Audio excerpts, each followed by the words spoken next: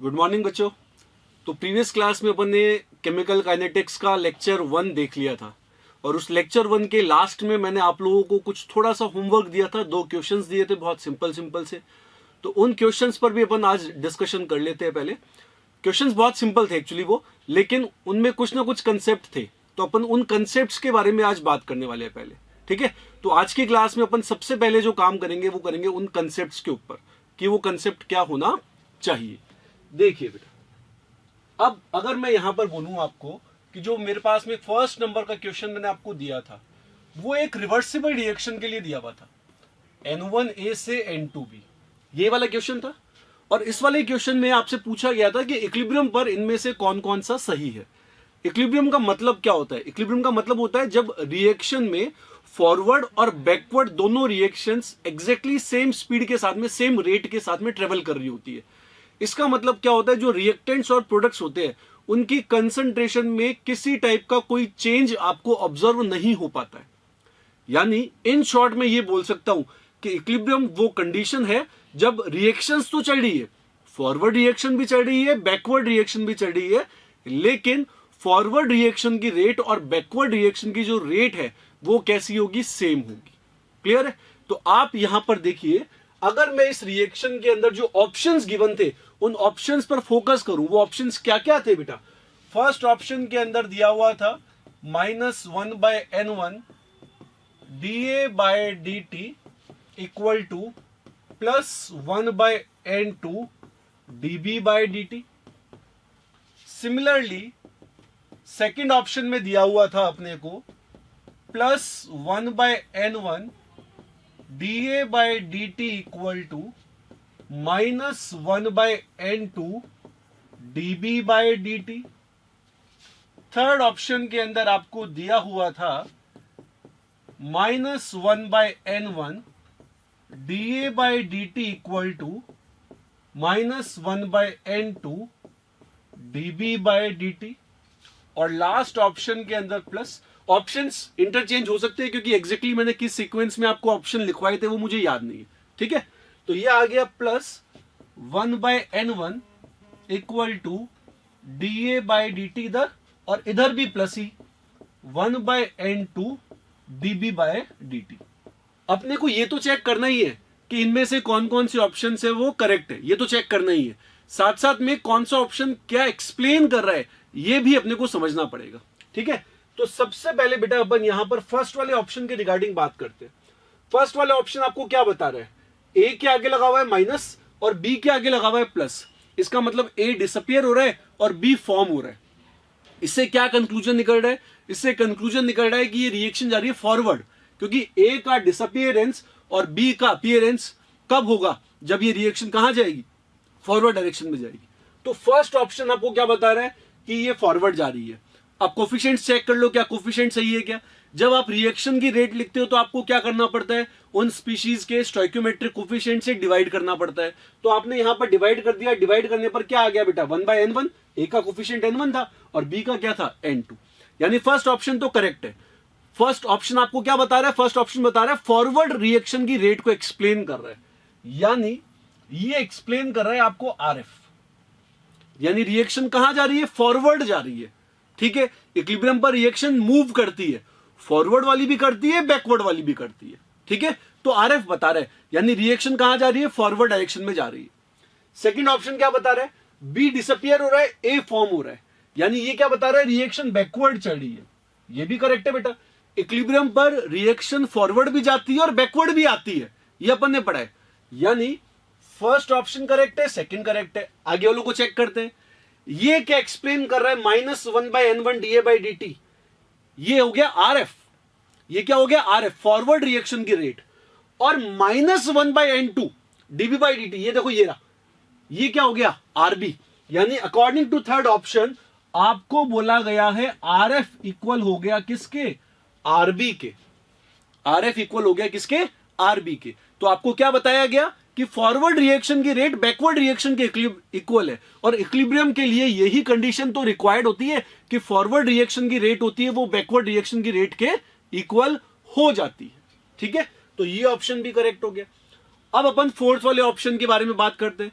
Fourth वाला option अपने को क्या बता रहा है कि plus DA by D T, यानी ए फॉर्म हो रहा है और बी भी फॉर्म हो रहा है। ए फॉर्म कब होगा? जब रिएक्शन कहां आएगी? बैकवर्ड, यानी आर बी इक्वल टू, और बी फॉर्म कब होगा? जब रिएक्शन कहां जाएगी? Forward. R B equal to क्या हो गया? आर एफ हो गया। ये और थर्ड ऑप्शन तो आइडेंटिकल ही हो गए। इसका मतलब क्या हो गया? यहां पर चारों के चारों ऑप्शन है वो करेक्ट है।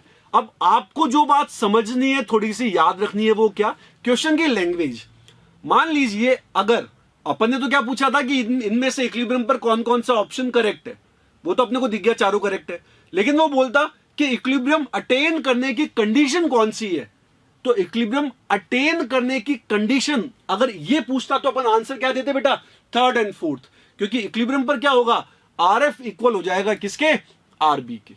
इक्विलिब्रियम के अटेनमेंट की कंडीशन क्या है? R F equal to R B. उसने ये नहीं पूछा इक्विलिब्रियम पर ट्रू कौन कौन सा है। इक्विलिब्रियम पर ट्रू तो चारों है, लेकिन रिएक्शन का फॉरवर्ड जाना इक्विलिब्रियम अटेन करने की कंडीशन को नहीं एक्सप्लेन कर रहा है। इक्विलिब्रियम अटेन कब माना जाता है? जब फॉरवर्ड रिएक्शन की रेट बैकवर्ड रिएक्शन की रेट के इक्वल हो जाती है। ठीक है, तो ये तो अपना फर्स्ट क्वेश्चन हो गया। अब अपन अपने सेकंड क्वेश्चन के बारे में बात कर लेते हैं। देखिए सेकंड क्वेश्चन के अंदर आपको क्या दिया हुआ था? आपको दिया हुआ था क्वेश्चन 2 के अंदर कि एक्स से गिव्स वाई बी, ये दिया हुआ था आपको। एक्स से क्या फॉर्म हो रहा था? वाई बी फॉर्म हो रहा था। क्लियर है? और यहां पर आपको एक रिलेशन दिया हुआ था बेटा, छोटा सा। ये रिलेशन क्या था? Log of minus D A by D T equal to log of DB by D T plus 0.7, ये दिया हुआ था। और आपसे पूछा क्या गया था कि y बाय एक्स की वैल्यू बताइए, ये आपसे पूछा गया था। ठीक है, तो अपन अब क्या करेंगे? इस क्वेश्चन को सॉल्व करने की कोशिश करते हैं। इसको सॉल्व करने के लिए अपन लिखते हैं इस रिएक्शन की रेट को, कि इस रिएक्शन की रेट को किस तरीके से लिखा जा सकता है। रिएक्शन की रेट क्या हो गई? ROR। रिएक्शन की रेट क्या हो गई? ROR। और ROR इक्वल हो गया किसके? -1/x dA by dt equal to plus 1/y dB by dt। Concentration में चेंज और टाइम में चेंज। इंस्टेंटेनियस रेट है, इसीलिए अपन ने डेल्टा की जगह पर डी काम में ले लिया। ए डिसअपियर होगा तो माइनस लगा हुआ है, बी फॉर्म होगा तो प्लस लगा हुआ है। क्लियर है? कोफिशिएंट से इनको अपन ने डिवाइड कर दिया है। अब क्या करें? ये जो एक्सप्रेशन है इसमें डीए बाई डी के साथ में कुछ भी एक्स या वाई नहीं है, डीबी बाई डी के साथ में भी कुछ भी एक्स या वाई नहीं है। तो ऐसी सिचुएशन में अपने को क्या करना चाहिए? एक्स और वाई को सेपरेट कर लेंगे। एक्स और वाई को सेपरेट करेंगे तो ये क्या बन जाएगा? ROR इक्वल टू, इधर ये क्या बन गया बेटा? Minus of DA by D T equal to plus DB by D T multiplied by X by Y. X को उधर ले गया, वाई ऑलरेडी था, तो एक्स बाय वाई वाला टर्म क्या हो गया? सेपरेट हो गया। अब क्या करना है? अब इस पूरे का लेना है लॉग। अब इस पूरे का क्या लेंगे अपन? लॉग। जब आप इस पूरे का लॉग लोगे तो बेटा इधर तो सिंपली लॉग हो गया और इधर इस पूरी टर्म का लॉग आएगा, तो log m into N. Log m into N का मतलब क्या होता है? Log m plus log n। Log m into N का मतलब क्या होता है? Log m plus log n। ये मतलब निकलता है इसका। क्लियर है? तो अपन क्या बोलेंगे? इधर लॉग लिया तो ये हो गया log of minus D A by D T. इधर मैं लॉग लेकर के बेटा लॉग की प्रॉपर्टी अप्लाई कर रहा हूं। लॉग m इंटू एन का मतलब क्या? Log m plus log n। तो मैं इसको कैसे लिख रहा हूं? मैं इसको लिख रहा हूं log dB by dt plus log x upon y। Log dB by dt plus log x upon y। इस तरीके से अपन ने इसको लिख दिया। अब देखो अपन थोड़ा सा फोकस करें, जो गिवन था और जो अपन ने डिराइव किया, अगर इन दोनों का कंपैरिजन किया जाएगा तो क्या पता चल रहा है? LHS में log of minus D A by D T, इधर भी LHS में log of minus D A by D T, यही आ रहा है। इधर log dB by D T, इधर भी क्या आ रहा है? log dB by D T. इधर क्या आ रहा है? प्लस में 0.7 और इधर प्लस में क्या आ रहा है, log x अपॉन वाई। तो अपन इन दोनों एक्सप्रेशंस को कंपेयर करने के बाद में क्या बोल सकते हैं कि 0.7 और log x अपॉन वाई ये दोनों टर्म्स क्या हो गई, आइडेंटिकल या इक्वल हो गई है। क्लियर है? तो ऐसे सिचुएशन में अपन क्या करेंगे, अपन बोलेंगे log x upon Y is equal to 0.7। अब या तो आप एंटी लॉग ले लो, नहीं तो 0.7 लॉग में। अच्छा, केमिस्ट्री में बेटा जब लॉग लिखा हुआ होता है तो बेसिकली उसका बेस अपन 10 मान करके चलते हैं। केमिस्ट्री में लॉग का मतलब होता है बेस 10। अगर वो बेस ई वाला बताना चाहता है तो या तो वो बेस में ई लगा देगा या फिर वो ln काम में लेकर के चलेगा। क्लियर है? तो यहां पर log x upon Y equal to क्या आ गया, 0.7 आ गया। अब क्या करें, 0.7 log के अंदर log 5 की वैल्यू होती है, 0.699 होती है, लेकिन अपन उसको अप्रोक्सीमेटली कितना ले लेंगे, 0.7, यानी log of x upon Y equal to log of 5, ये आ गया। इसका एंटी लॉग ले लो, इसका क्या ले लेंगे, एंटी लॉग। एंटी लॉग ले लेंगे तो क्या मिल जाएगा, x upon Y equal to 5। अपने से क्या पूछा गया था, y अपॉन x। अपने से x अपॉन वाई नहीं पूछा था, अपने से क्या पूछा था, y अपॉन x।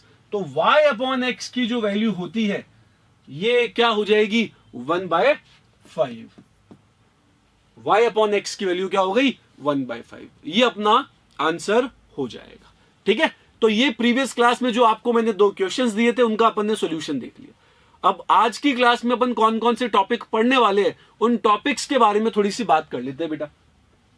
आज की क्लास में अपन मेनली 3 टॉपिक्स कवर करने वाले हैं और इन टॉपिक्स के नाम क्या क्या है। सबसे पहला टॉपिक है एक्टिव मास, दूसरा टॉपिक रेट लॉ और तीसरा टॉपिक है ऑर्डर एंड मॉलिक्यूलरिटी। ठीक है? ये 3 टॉपिक है, तीनों के तीनों इंपॉर्टेंट टॉपिक है जिन पर बेस्ड क्वेश्चंस आ जाते हैं।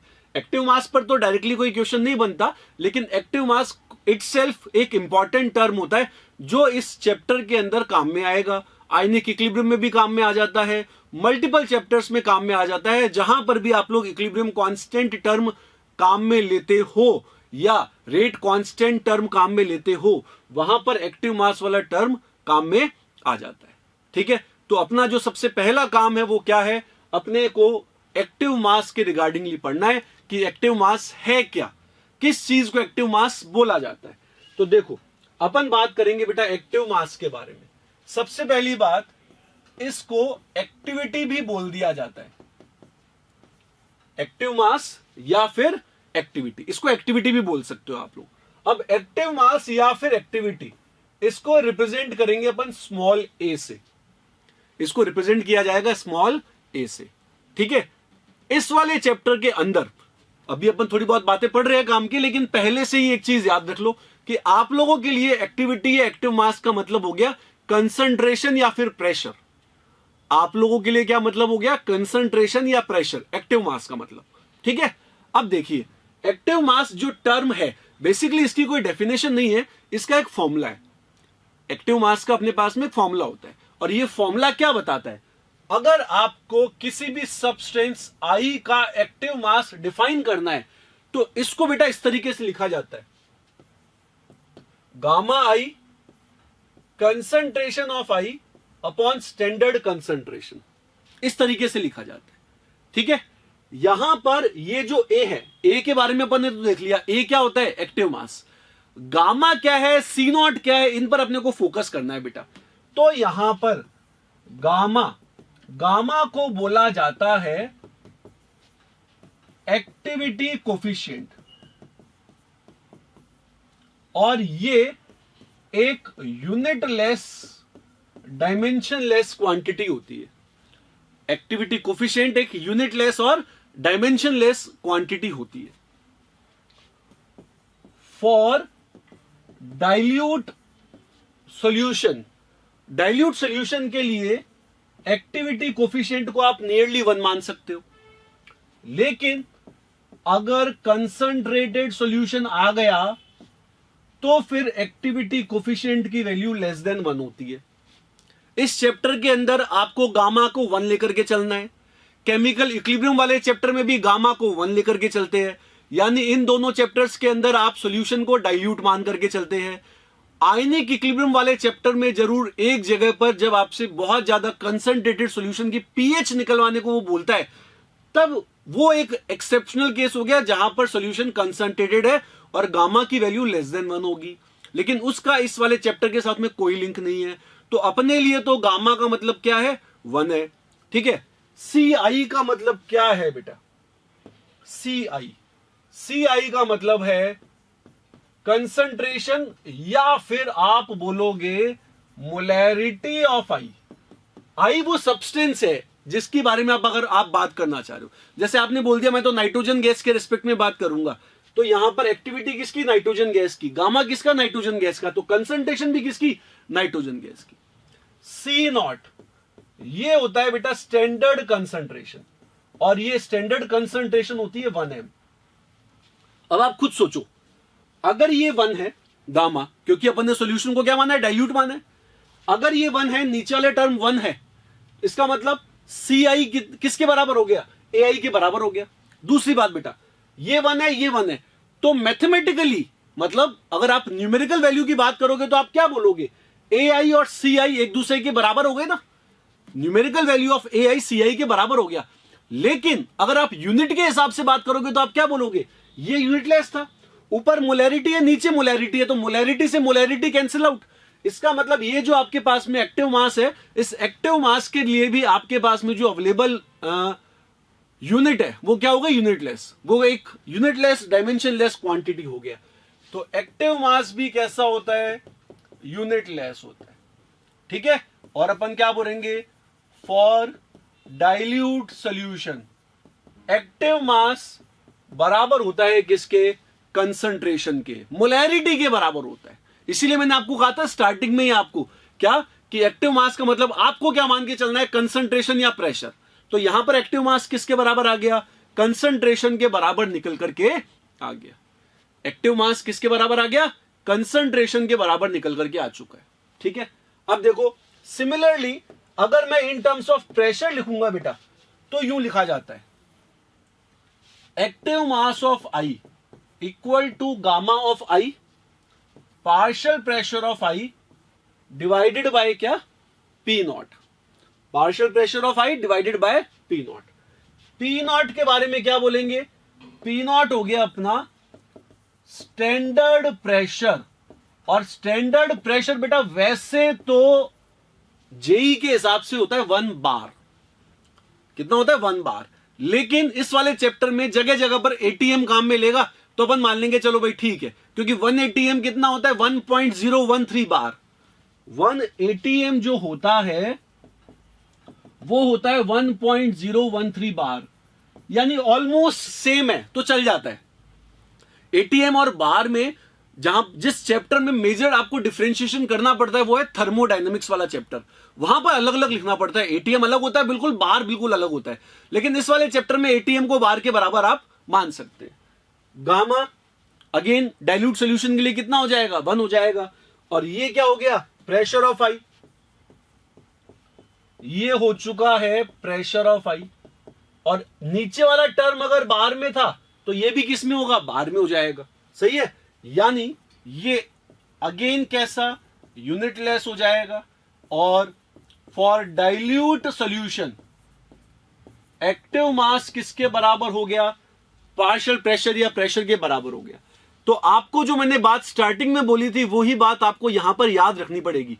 क्या याद रखना है आपको, कि जो एक्टिव मास वाला टर्म है आपका वो या तो कंसंट्रेशन के या फिर प्रेशर के बराबर होगा। अब डिपेंड करता है, मान लीजिए सारी स्पीशीज ही एक्वस फेज में है, तो ऑब्वियस सी बात है वहां पर आपको कंसंट्रेशन काम में लेनी पड़ेगी, और अगर कुछ स्पीशीज गैसियस फेज में आ गई तो आप उनका प्रेशर भी काम में ले सकते हो, आप उनकी कंसंट्रेशन भी काम में ले सकते हो। ये डिपेंड करेगा क्वेश्चन पर या क्वेश्चन की लैंग्वेज पर कि वो किस फॉर्म में एक्टिव मास आपसे कैलकुलेट करवाना चाह रहा है, वो इन टर्म्स ऑफ कंसंट्रेशन चाहता है या फिर इन टर्म्स ऑफ प्रेशर चाहता है। ठीक है, तो रिगार्डिंग एक्टिव मास आपको क्या याद रखना है कि इस चैप्टर में एक्टिव मास का मतलब होता है कंसंट्रेशन या फिर प्रेशर। प्रेशर किसमें, एटीएम बोलेगा ठीक है, बार बोलेगा ठीक है, चल जाएगा, दोनों चल जाएंगे इस वाले चैप्टर में। कंसंट्रेशन का मतलब क्या है, मोलैरिटी। कंसंट्रेशन का मतलब क्या है, मोलैरिटी, यानी आपको जहां पर भी वैल्यू पुट करनी पड़ेगी आप उसको किसके टर्म्स में पुट करोगे, in terms of molarity he put करोगे। ठीक है, ये टॉपिक हो गया अपना एक्टिव मास। तो देखिए बेटा, अपन अब रेट लॉ के बारे में बात करते हैं। रेट लॉ है ये basically law of mass action पर बेस्ड होता है। मतलब ये जो टॉपिक है एक्चुअली ये डिराइव होकर के आ रहा है लॉ ऑफ मास एक्शन से। तो इस टॉपिक को समझने के लिए अपने को पहले लॉ ऑफ मास एक्शन पर फोकस करना चाहिए, ठीक है। तो यहां पर अपन देख लेते हैं पहले कि ये लॉ ऑफ मास एक्शन क्या होता है। गुडबर्ग और वागे ने दिया था, लेकिन अपने को साइंटिस्ट वगैरह के नाम पर इतना ध्यान देना नहीं है। अपन जीके का पेपर नहीं दे रहे, अपन तो जेई का पेपर दे रहे हैं। तो जेई के अंदर बेसिकली कंसेप्ट ज्यादा पूछे जाते हैं, तो अपने को भी कंसेप्ट पर ही फोकस करना है। इन्होंने ये बताया कि किसी भी रिएक्शन की जो रेट है बेसिकली वो डिपेंड करती है उसके रिएक्टेंट के एक्टिव मासेस पर। किस पे डिपेंड करेगी? रिएक्टेंट के एक्टिव मासेस पर ये डिपेंड करती है। ये जो लॉ है इसमें प्रोडक्ट के बारे में कुछ भी नहीं बोला गया था। इस लॉ के अकॉर्डिंगली केवल और केवल किस पे डिपेंड करेगी बेटा? रिएक्टेंट के एक्टिव मासेस पर ये डिपेंड करने वाली है, ठीक है। तो अपन यहां बोल देते हैं according to this law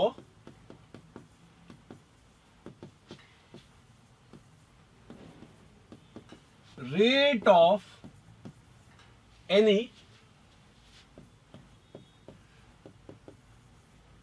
chemical reaction is directly proportional to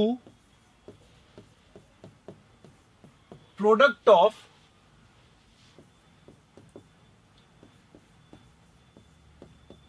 active masses of all reactants। किसके डायरेक्टली प्रोपोर्शनल हो गई? एक्टिव मासेस का प्रोडक्ट। किसका? केवल और केवल रिएक्टेंट्स का, ठीक है। अब ये तो इनका क्या हो गया? स्टेटमेंट हो गया। इस स्टेटमेंट को अपने को काम में किस तरीके से लेना है अपन इसके बारे में बात करने वाले। मान लीजिए आपको कोई रिएक्शन गिवन है बेटा, और वो रिएक्शन कुछ इस टाइप की है। रिएक्शन है लेट अस से XA प्लस YB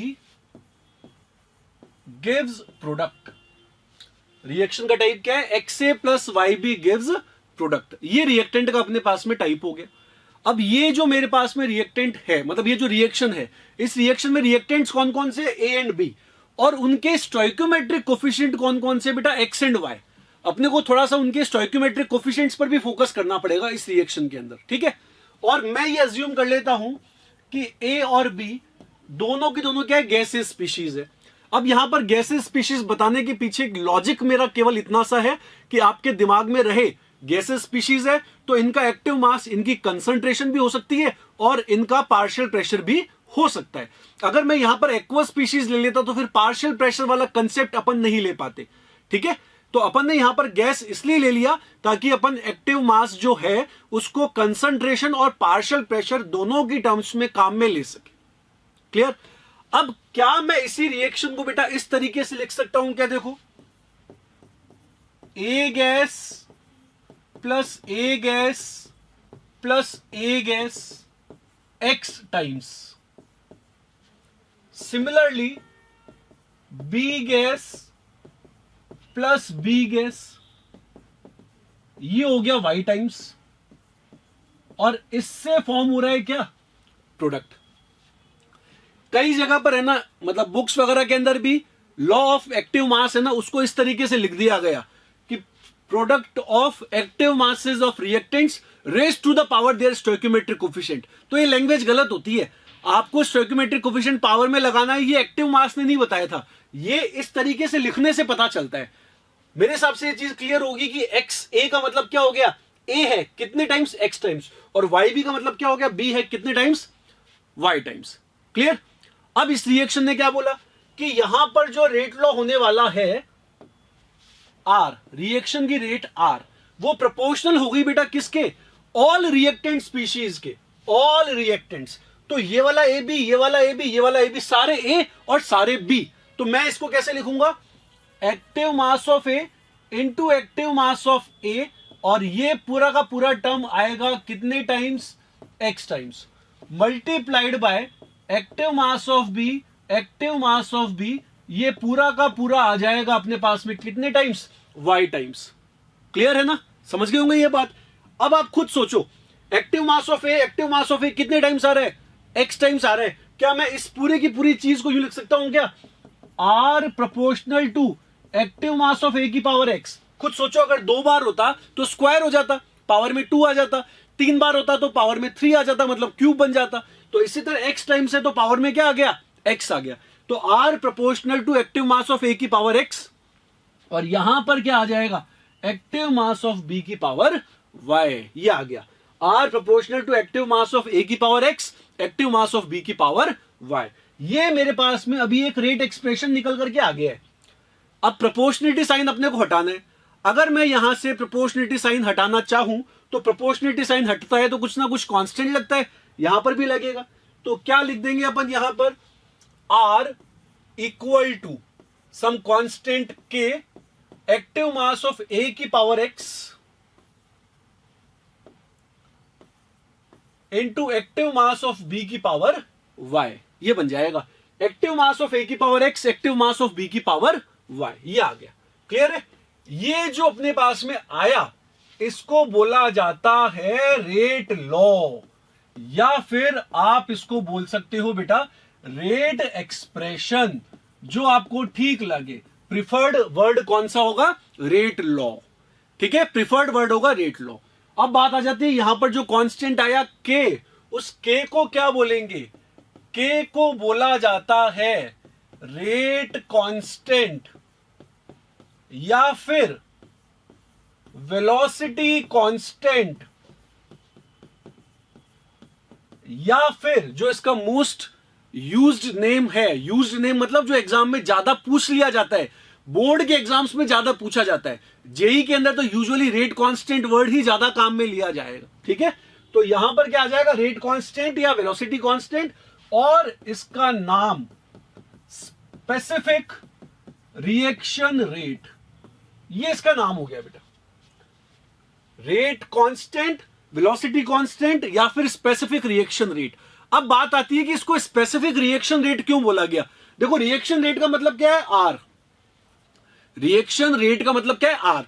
यहां पर सब जगह पर बेटा जो रेट चढ़ी है ना अपनी, वो इंस्टेंटेनियस रेट ही चलने वाली है। सब जगह जो रेट है वो इंस्टेंटेनियस रेट है। तो आर का मतलब क्या हो गया, रेट ऑफ रिएक्शन। क्लियर है। और स्पेसिफिक वर्ड कब काम में आता है, जब भी आप यूनिट वैल्यूज के लिए कैलकुलेट करते हो ना, तो फिर क्या होता है, स्पेसिफिक वर्ड काम में लिया जाता है। मतलब अगर मैं इनके एक्टिव मासेस को 1 कर दूं, मन में सोचो, अगर एक्टिव मासेस 1 हो गए तो स्पेसिफिक, तो क्या हो गया, स्पेसिफिक। तो आर इक्वल हो गया किसके, के। तो आर क्या था, रेट रिएक्शन। तो के इक्वल टू आर, यानी के इक्वल टू रेट रिएक्शन कब हुआ, जब एक्टिव मासेस कितने हो गए थे, 1। यानी मैं क्या बोलूंगा, ये जो के है ये क्या हो गया, स्पेसिफिक रिएक्शन रेट हो गया। के क्या हो गया, स्पेसिफिक रिएक्शन रेट, यानी के इक्वल टू आर हो गया व्हेन, जब उसमें इस एक्सप्रेशन में जो और बची हुई टर्म्स थी उनको आपने यूनिट अज्यूम कर लिया। उनको आपने क्या अज्यूम कर लिया, यूनिट अज्यूम कर लिया है। क्लियर है। अब अपन ने ये जो रेट लॉ निकाला, इस रेट लॉ के बारे में अपन जानते हैं कि या तो मैं इसको इन टर्म्स ऑफ कंसंट्रेशन लिखने वाला हूं, या फिर मैं इसको इन टर्म्स ऑफ प्रेशर लिखने वाला हूं। तो अपन बेटा एक एक करके दोनों बातों पर ध्यान देते हैं। सबसे पहले अपन यहां पर लिख लेते हैं in terms of concentration, in terms of concentration. और कंसंट्रेशन का बाय डिफॉल्ट मीनिंग होगा मोलैरिटी, और कोई कंसंट्रेशन नहीं। कंसंट्रेशन टर्म्स के अंदर जो और मल्टीपल आती है, नॉर्मेलिटी हो गई, मोलैलिटी हो गई, परसेंटेज W/V हो गया, उनसे मतलब नहीं है। अपने को मतलब केवल किससे, मोलैरिटी से। ठीक है। और उस मोलैरिटी को लिखने का तरीका क्या होता है, स्क्वायर ब्रैकेट। मोलैरिटी को लिखने का तरीका क्या होता है, स्क्वायर ब्रैकेट। तो अगर मैं इन टर्म्स ऑफ कंसंट्रेशन लिख रहा हूं तो मुझे एक्टिव मास की जगह पर मोलैरिटी काम में लेनी है। तो यहां पर क्या लिख सकते हैं, देखिए यहां पर हो जाएगा R equal to K, A की पावर X और B की पावर में क्या आ गया बेटा, Y आ गया। R इक्वल टू के, एक्टिव मास की जगह पर कंसंट्रेशन, पावर में क्या X, और B की जगह पर क्या आ गया, पावर के अंदर Y आ गया है। ठीक है, ये एक्सप्रेशन बन गया। अब ये जो अपन ने एक्सप्रेशन निकाला, यहां पर 2 टर्म्स आ रही है, पावर के अंदर क्या क्या आ रहा है, एक्स एंड वाई, क्या क्या आ रहा है, एक्स एंड वाई।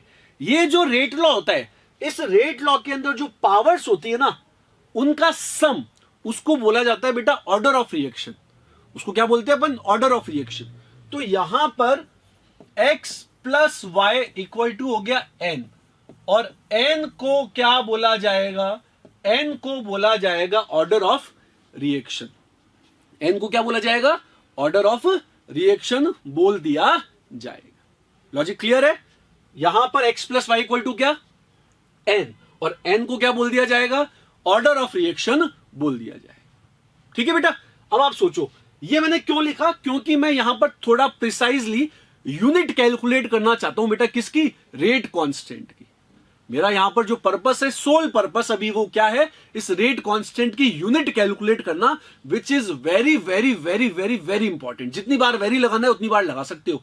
उसका रीजन क्या है, क्योंकि ये जो आप रेट लॉ पढ़ रहे हो ना, इस रेट लॉ को, क्योंकि मैंने बताया ये इंस्टेंटेनियस रेट है, इंस्टेंटेनियस है तो डी बाई डी टी की टर्म्स में आएगा, तो आपको उसको क्या करना पड़ेगा, इंटीग्रेट करना पड़ेगा। अगर आप उसको इंटीग्रेट करोगे तो फिर ये रेट लॉ बन जाता है इंटीग्रेटेड रेट लॉ। अभी जो बोल रहा हूं खाली उस पर समझने की कोशिश करना मैं क्या बोल रहा हूं। आप जब किसी भी रेट लॉ को इंटीग्रेट करते हो तो वो बन जाता है इंटीग्रेटेड रेट लॉ, और इंटीग्रेटेड रेट लॉ हर ऑर्डर की रिएक्शन के लिए अलग होता है। मतलब first order, second order, zero order, हर रिएक्शन का फॉर्मूला अलग होता है। तो आप किसी भी न्यूमेरिकल को तब सॉल्व कर पाओगे जब आपको उस रिएक्शन का ऑर्डर पता होगा। और ऑर्डर पता करने के लिए वन ऑफ द मेथड्स के अंदर क्या होता है, वो क्वेश्चन में आपको रेट कांस्टेंट की यूनिट बता देता है। जब आपको रेट कांस्टेंट की यूनिट पता चल जाती है, जब आपको रेट कांस्टेंट की यूनिट पता चल जाती है तो आपको आइडिया हो जाता है, हाँ भाई ये फर्स्ट ऑर्डर की है तो मैं ये फॉर्मूला काम में लूंगा, सेकंड ऑर्डर की है तो मैं ये वाला फॉर्मूला काम में लूंगा। ठीक है। तो अब देखो अपन इस पर देखते हैं कि यहां पर जो एक्सप्रेशन निकल करके आया, वहां से रेट कांस्टेंट की यूनिट को कैसे फाइंड आउट किया जा सकता है। तो मेरा काम है बेटा अब unit of rate constant find out करना। मेरा काम क्या है, unit of rate constant find out करना। अब यूनिट ऑफ रेट कांस्टेंट कैसे फाइंड आउट करेंगे, देखो कंसंट्रेशन की बात हो रही है, आर के बारे में अपन ने पढ़ा हुआ है, तो पहले तो मैं ये लिख देता हूं, ये जो के है इसको क्या लिख सकते हैं, आर अपॉन ए की पावर एक्स बी की पावर वाई। मुझे क्या चाहिए, यूनिट चाहिए के लिए, तो मैं कैसे लिखूंगा, ऊपर रेट होती है मोलैरिटी पर सेकंड, अपन ने पढ़ा है पहले, या तो मोलैरिटी पर सेकंड या फिर एटमॉस्फेयर पर second, change in concentration upon time, वहां से ये यूनिट निकल करके आ जाती है, डिवाइडेड बाय ये क्या है बेटा, ये मोलैरिटी तो है, और मोलैरिटी की पावर में क्या लग रहा है, एक्स, ये भी क्या है मोलैरिटी, मोलैरिटी की पावर में क्या लग रहा है, वाई। तो मैं ऐसे लिख देता हूं मोलैरिटी की पावर एक्स, मोलैरिटी की पावर वाई। जब बेस सेम होता है तो पावर्स क्या होती है, ऐड हो जाती है। तो मैं इसको कैसे लिखूंगा, molarity second inverse divided by molarity की पावर क्या, x plus y. X plus y को अपन ने ऑलरेडी क्या माना हुआ है, एन माना हुआ है, तो नीचे क्या बन गया बेटा, मोलैरिटी की पावर एन बन गया। ऊपर क्या चल रहा था, मोलैरिटी सेकेंड इनवर्स, नीचे क्या चल रहा है, मोलैरिटी की पावर एन, उसको ऊपर ले जाओ। तो तुम्हारे पास में फाइनली यूनिट ऑफ के क्या निकल करके आ गया, मोलैरिटी की power 1 minus n second inverse. ठीक है। अब इतना अपन जानते हैं कि बेटा मोलैरिटी जो होती है वो होती है मोल पर लीटर। मोलैरिटी क्या होती है, मोल पर लीटर। क्लियर है। अगर ये मोल पर लीटर है तो सोचो मोल पर लीटर की पावर क्या है, 1 माइनस एन। तो क्या मैं इसको ऐसे लिख सकता हूं क्या, मोल की पावर 1 माइनस एन, लीटर की power n minus 1 second inverse. समझ गए होंगे।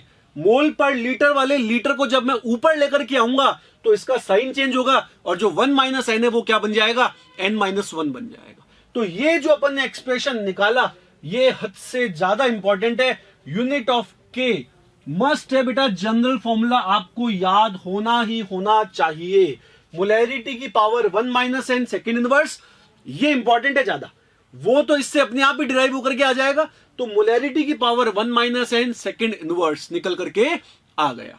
ठीक है। एक्सट्रीमली इंपॉर्टेंट है, एक्सट्रीमली इंपॉर्टेंट। तो थोड़ा सा फोकस करना इस चीज पर, मोलैरिटी की power 1 minus n second inverse. ठीक है, अब इसको काम में कैसे लेंगे बेटा अपन, आप ये देखो, अगर मैंने आपको बोल दिया for n equal to 0, n equal to 1 and n equal to 2, usually ये तीन ज्यादा काम में आते हैं, इसलिए मैंने ये तीन लिख दिए हैं यहां पर। ठीक है, मैंने आपको बोला n इक्वल टू 0, तो बेटा ऐसी सिचुएशन के अंदर unit of k, general unit k की क्या थी, मोलैरिटी की power 1 minus n second inverse थी। n की वैल्यू को 0 पुट करोगे तो क्या आ गई यूनिट, मोलैरिटी पर सेकेंड। इधर यूनिट क्या आ गई है, सेकेंड इनवर्स, और इधर यूनिट क्या आ गई है, मोलैरिटी इनवर्स सेकेंड इनवर्स। तो आप खुद सोचो, जैसे जैसे ऑर्डर चेंज हो रहा है वैसे वैसे यूनिट ऑफ के क्या हो रहा है बेटा, चेंज हो रहा है। ये कौन सी रिएक्शन थी, n इक्वल टू 0 का मतलब ये जीरो ऑर्डर रिएक्शन है। ये कौन सी रिएक्शन है, ये फर्स्ट ऑर्डर रिएक्शन है। और ये कौन सी रिएक्शन है, ये अपनी सेकेंड ऑर्डर रिएक्शन है। ये फर्स्ट जीरो ऑर्डर रिएक्शन है, ये फर्स्ट ऑर्डर है, और ये सेकेंड ऑर्डर है। अब आपको बोलते ही दिमाग में आ जाना चाहिए, जीरो ऑर्डर रिएक्शन के अंदर unit of rate constant unit of rate के बराबर है।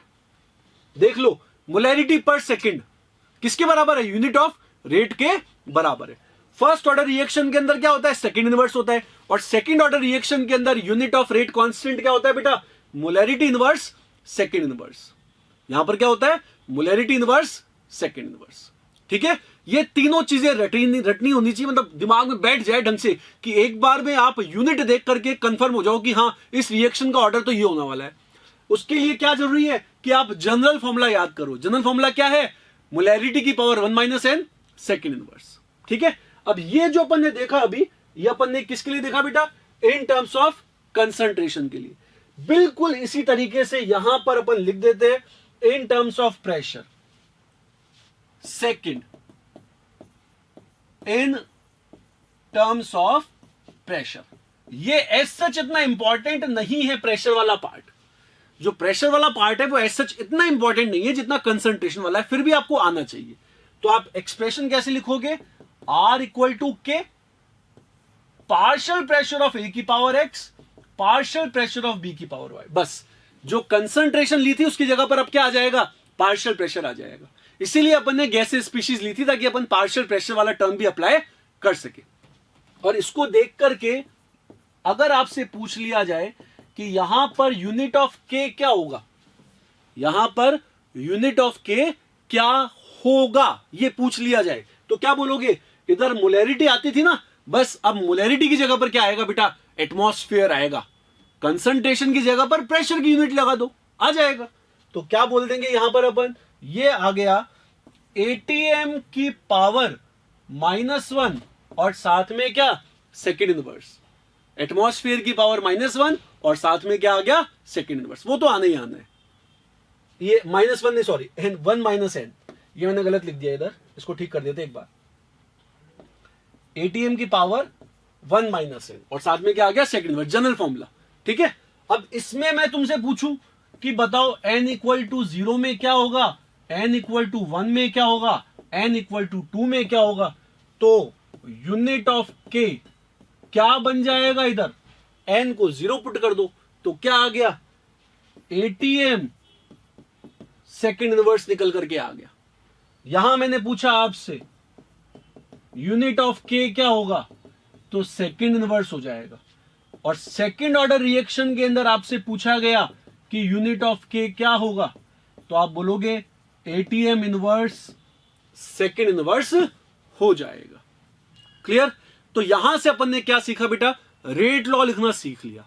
जब अपन रेट लॉ लिखना सीखते हैं तो अपने को रेट कांस्टेंट वाला टर्म पता चलता है, और रेट कांस्टेंट वाला टर्म ऐसा है जो अब इस पूरे के पूरे चैप्टर को कंट्रोल करेगा along with order of reaction. अपन ने यहां पर एक टर्म और देखा, ऑर्डर ऑफ रिएक्शन। और ऑर्डर ऑफ रिएक्शन अपन ने कैसे निकाला, एक बार रिवाइज करें, भी लिखेंगे भी, लेकिन ऑर्डर ऑफ रिएक्शन अपन ने कैसे लिखा था बेटा, अपन ने लिखा था जो रेट लॉ होता है उस रेट लॉ में जो भी स्पीशीज है उनकी पावर्स का सम करने पर आपको क्या मिलता है, ऑर्डर ऑफ रिएक्शन मिलता है। ऑर्डर को यूजुअली अपन किससे रिप्रेजेंट करते हैं बेटा, स्मॉल n से रिप्रेजेंट करते हैं। ठीक है, तो ये very very very important part था रेट लॉ, जिसको अपन ने लिखना सीख लिया, रेट कांस्टेंट की यूनिट भी पता लगा ली। अब रेट कांस्टेंट के बारे में प्लस इन रिएक्शंस के बारे में कुछ इंपॉर्टेंट टर्म्स है, कुछ इंपॉर्टेंट पॉइंट्स है, उन पॉइंट्स के बारे में अपन बात करने वाले। हाँ बच्चों, आओ अपन बात कर रहे थे किसकी, रेट कांस्टेंट की। और रेट कांस्टेंट के साथ साथ में कुछ एक इंपॉर्टेंट बातें हैं जो अपने को लिखनी है यहां पर। वो बातें क्या क्या है देखो, वो अपन लिखते हैं। तो इंपॉर्टेंट पॉइंट्स अगेन अपन नोट की फॉर्म में लिखेंगे उनको। नोट नंबर 1, सबसे पहली बात, जो टर्म अपन ने पढ़ी रेट कांस्टेंट, वो रेट कांस्टेंट बेटा केवल और केवल यहां पर 2 फैक्टर्स पर डिपेंड करने वाला है। एक फैक्टर होगा टेम्परेचर, एक फैक्टर होगा कैटलिस्ट। उसके अलावा और किसी भी physical factor like concentration, partial pressure, इन चीजों पर वो डिपेंड नहीं करेगा। तो नोट नंबर 1 हो गया अपने पास में, rate constant depends on 2 factors, that is temperature and catalyst। 2 factors पे डिपेंड करेगा। ये दोनों फैक्टर कौन कौन से हो गए, एक हो गया टेम्परेचर, एक हो गया कैटलिस्ट। ठीक है, दोनों ही फैक्टर आगे चल करके काम में आएंगे। इनका अपन मैथमेटिकल कैलकुलेशन देखेंगे कि किस तरीके से डिपेंड करेगा। लेकिन फिलहाल के लिए आपको याद रखना है कि अगर आपने किसी भी रिएक्शन के अंदर टेम्परेचर को चेंज कर दिया या कैटलिस्ट ऐड कर दिया, तो अब रिएक्शन का रेट कांस्टेंट चेंज हो जाएगा। एक टर्म होती थी इक्विलिब्रियम कांस्टेंट, आप लोगों ने पढ़ा होगा। इक्विलिब्रियम कांस्टेंट होता है, वो तो बेटा कैटलिस्ट पर भी नहीं करता था डिपेंड, वो तो केवल किस पे करता था, टेम्परेचर पर। लेकिन यहां पर अपने को क्या ध्यान रखना है कि 2 फैक्टर्स हो गए, एक हो गया टेम्परेचर, एक हो गया कैटलिस्ट। दूसरी बात, note number 2, rate law written according to law of mass action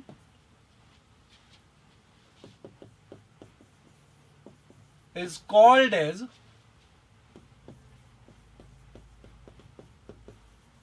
theoretical rate law।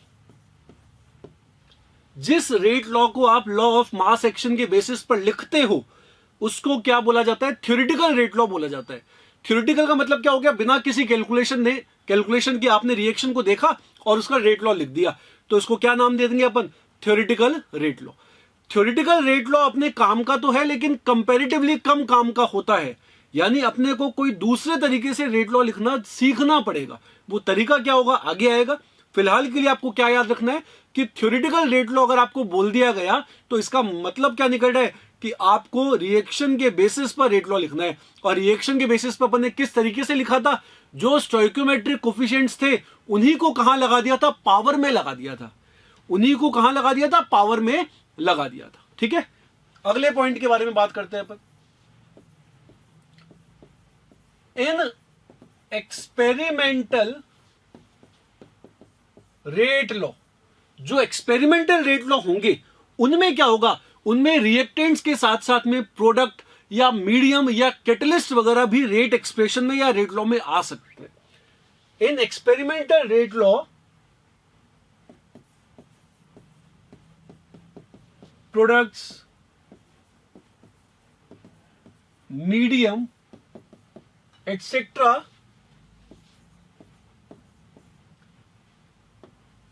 Can be की जगह पर अपन मे बी लिख देते हैं,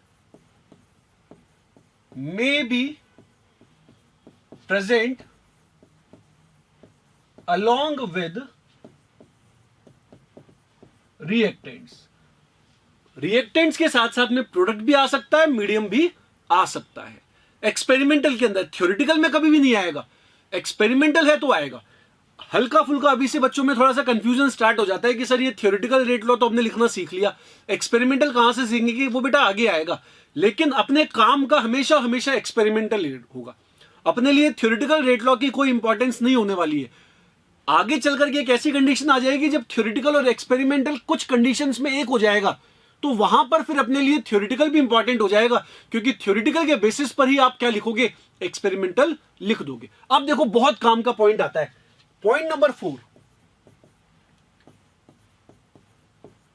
सच reactions which are completed in one step या फिर single step are called as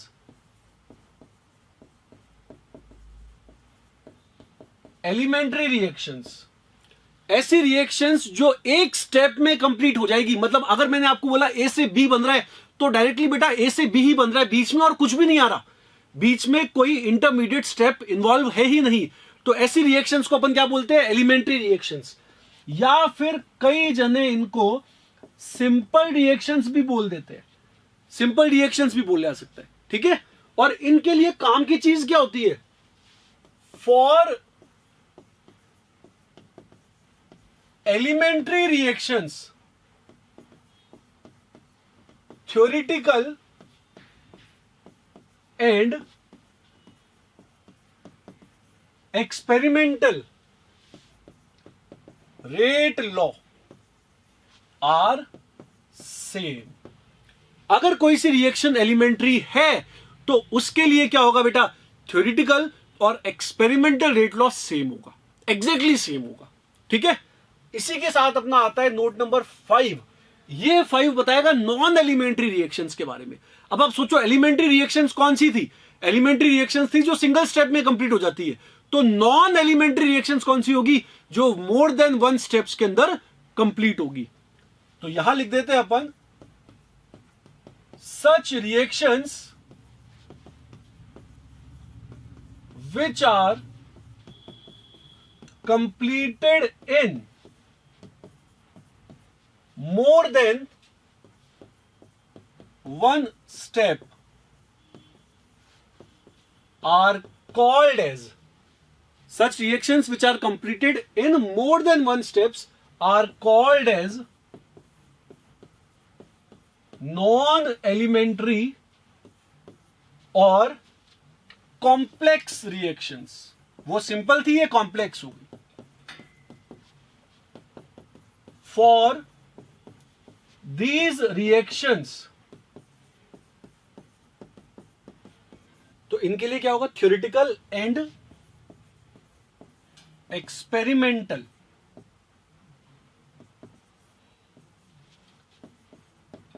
rate laws may और may not be same.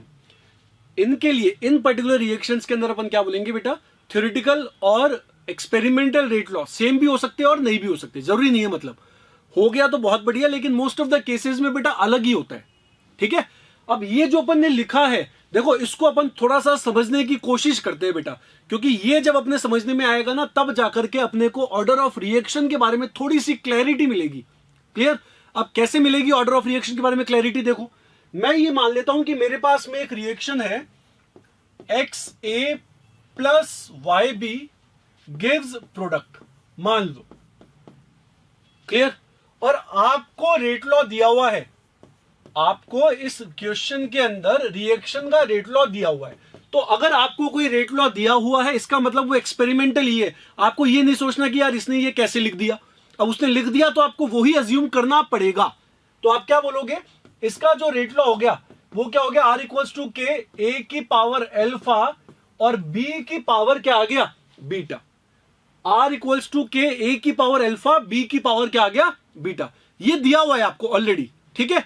तो अब देखो मैं क्या बोलूंगा यहां पर, मैं बोलूंगा कि अगर मेरे पास में ये रिएक्शन एलिमेंट्री है, फॉर एलिमेंट्री रिएक्शन, अगर ये रिएक्शन एलिमेंट्री है तो पक्का है बेटा x equal to alpha and y equal to beta होगा। मतलब जो कोफिशिएंट्स थे ना वो ही पावर में आएंगे। एलिमेंट्री रिएक्शन कौन सी होती है जिसमें कोफिशिएंट ही कहां पर आ जाते हैं, पावर में आ जाते हैं। मतलब x a की पावर में आता और y b की पावर में आता। बात समझ गए ना? यानी a की पावर में अल्फा की जगह पर x आ जाता और b की पावर में बीटा की जगह पर y आ जाता। अब अगर ये रिएक्शन एलिमेंट्री है, इसका मतलब क्या, x equal to alpha, y equal to beta होगा ही होगा, पक्का है। लेकिन अगर मेरे पास में कोई सी नॉन एलिमेंट्री रिएक्शन आ गई, कौन सी आ गई, नॉन एलिमेंट्री रिएक्शन आ गई, तो इस कंडीशन के अंदर अपन क्या बोलेंगे, नॉन एलिमेंट्री रिएक्शन के अंदर क्या बोलेंगे, x may be equal to और not equal to alpha and y may be equal to और नॉट इक्वल टू बीटा। अगर मेरे पास में ये रिएक्शन नॉन एलिमेंट्री है तो हो सकता है कोफिशिएंट पावर में आए, हो सकता है नहीं आए। मतलब ऐसा नहीं है कि एक अगर पावर में आ गया तो दूसरे का भी पावर में आएगा। हो सकता है बेटा अगर x अल्फा के बराबर हो गया तो हो सकता था y बीटा के बराबर नहीं हो, या हो सकता है x not equal to alpha है लेकिन y इक्वल टू बीटा है, हो सकता है दोनों ही बराबर हो गए, हो सकता है दोनों ही बराबर नहीं है। ऑल फोर पॉसिबिलिटीज, कुछ भी हो सकता है। तो नॉन एलिमेंट्री रिएक्शंस कौन सी होती है, जिनमें कोफिशिएंट पावर में आ भी सकता है, नहीं भी आ सकता, पक्का नहीं है। लेकिन एलिमेंट्री रिएक्शंस वो होती है जिनके अंदर क्या होता है, जो कोफिशिएंट है वही पावर में आ जाता है। मान लो मैं आपको बोलता कि यार इस रिएक्शन के लिए तुम तो है ना थ्योरेटिकल रेट लॉ बताओ क्या होता। थ्योरेटिकल रेट लॉ का मतलब क्या होता है, जो लॉ ऑफ मास एक्शन से लिखते। लॉ ऑफ मास एक्शन में क्या होता है, जो कोफिशिएंट होता है वही पावर में आता है। तो यहां से क्या हो जाएगा, r equals to K, a की पावर में क्या आ गया x और b की पावर में क्या आ गया y। अब आप डेफिनेशन सोचो, अपन ने क्या बोला था, अपन ने बोला था एलिमेंट्री रिएक्शंस वो होती है जिनमें थ्योरेटिकल और एक्सपेरिमेंटल रेट लॉ बराबर होता है, यानी alpha equal to x, beta equal to y होता है। लेकिन नॉन एलिमेंट्री रिएक्शंस यानी मल्टीपल स्टेप्स के अंदर होने वाली रिएक्शंस में क्या होता है बेटा, उन रिएक्शंस के अंदर कोफिशिएंट पावर के बराबर हो भी सकता है और नहीं भी हो सकता, दोनों ही पॉसिबिलिटी हो जाती है। ठीक है, तो ये कुछ एक इंपॉर्टेंट पॉइंट्स अपन ने देखे regarding what, regarding rate constant and regarding rate law. Clear? अब अपने को थोड़ा सा डिटेल में डिस्कशन करना है रिगार्डिंग ऑर्डर एंड मॉलिक्युलरिटी। अपन अब जो नेक्स्ट टॉपिक देखने वाले बेटा उसका नाम क्या है, order and molecularity, which is very very very important topic, order and molecularity. अब यहां पर बात आती है ऑर्डर की। अपन इन दोनों को है ना एक एक करके डिस्कस करेंगे बेटा। पहले अपन बात करेंगे ऑर्डर के बारे में, देन आफ्टर अपन बात करेंगे मॉलिक्युलरिटी के बारे में। ठीक है, तो पहले मैं फोकस करने वाला हूं ऑर्डर ऑफ रिएक्शन पर। पहले फोकस करेंगे अपन ऑर्डर ऑफ रिएक्शन पर। क्लियर? देखिए क्या चीज इंपॉर्टेंट है ऑर्डर ऑफ रिएक्शन के अंदर। सबसे पहला point, it is an experimental concept which is dependent on what, mechanism of reaction, which is dependent on mechanism of reaction। Experimental concept का मतलब खाली रिएक्शन देख करके आप उसका ऑर्डर नहीं बता सकते हो, आपको यह बताने के लिए रेट लॉ चाहिए। आपको क्या चाहिए, रेट लॉ चाहिए। और रेट लॉ लिखना, अगर वो एलिमेंट्री है तब तो मैं लिख दूंगा कि यार कोफिशिएंट को पावर में लगा दिया, हो गया रेट लॉ। लेकिन नॉन एलिमेंट्री है तो मैं सीधे नहीं लिख सकता, फिर मुझे कुछ ना कुछ मेथड चाहिए जिसके बेसिस पर मैं लिख सकूं। क्लियर है? अब देखिए आप आगे second point, in rate law algebraic sum of powers of active masses of all species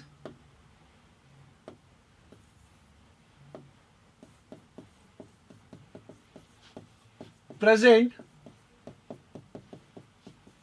is called as order of reaction. Definition से पता चल रहा है कि ये ऑर्डर ऑफ रिएक्शन आप तभी लिख सकते हो जब आपको क्या पता है, रेट लॉ पता है। क्लियर है? क्या लिखा अपन ने, rate law is algebraic sum of powers of क्या, रिएक्टेंट और प्रोडक्ट के एक्टिव मासेस के अंदर जो भी कुछ प्रेजेंट है उनकी पावर्स का सम कर दोगे तो आपको क्या मिल जाएगा, ऑर्डर मिल जाएगा। फॉर एग्जाम्पल, अगर मैंने आपको बोला कि आपके पास में रिएक्शन कुछ ऐसी है, या आपके पास में रेट लॉ कुछ ऐसा दिया हुआ है, ये मान लो रेट लॉ कुछ ऐसा दिया हुआ है, R इक्वल्स टू के ए की पावर अल्फा और बी की पावर बीटा, ऐसा आपको दिया हुआ है, ठीक है। ये रेट लॉ किसका है, फॉर रिएक्शन, कौन सी reaction, XA plus YB gives product, XA plus YB gives product. ये जो आपके पास में रिएक्शन है इसका रेट लॉ दिया हुआ है। अब रिएक्शन है जो भी है, अपने को तो रेट लॉ से मतलब था, तो कोफिशिएंट X आ रहा है, Y आ रहा है, कोई मतलब नहीं है। पावर क्या आ रही है, पावर से मतलब है बेटा, पावर क्या है, अल्फा एंड बीटा। तो मैं यहां क्या बोलूंगा, मैं यहां बोल सकता हूं order of reaction with respect to A कितना होगा, alpha. Similarly order of reaction with respect to B कितना होगा, बीटा। जिसके रेस्पेक्ट की बात की जा रही है ना, उसी को आपको उसी की पावर के ऊपर फोकस करना है। और अगर कुछ भी नहीं बोला गया तो आप क्या बताओगे, ओवरऑल ऑर्डर ऑफ रिएक्शन। और ओवरऑल ऑर्डर का मतलब क्या होगा बेटा, पावर्स का सम। पावर्स का सम का मतलब क्या हो गया, अल्फा प्लस बीटा। पावर्स का सम क्या हो गया, अल्फा प्लस बीटा, ठीक है। जो भी रेट लॉ में दिया हुआ है उनकी पावर्स का अपने को क्या करना है, सम करना है। अब एक काम की बात आती है बेटा यहां पर निकल करके अपने पास में, वो काम की बात क्या है, देखो अगर मान लो आपको रेट लॉ कुछ ऐसा दिया हुआ हो, ए की पावर अल्फा, बी की पावर बीटा और नीचे दिया हुआ है सी की पावर गामा। तो जो रेट लॉ था ना, जो रेट लॉ था अपन ने जो पढ़ा, लॉ ऑफ एक्टिव मास, वो क्या बोलता है, वो बोलता है rate is directly proportional to, यानी उसके अकॉर्डिंगली नीचे कुछ भी नहीं होना चाहिए था बेटा, उसके अकॉर्डिंगली नीचे कुछ भी नहीं होना चाहिए था।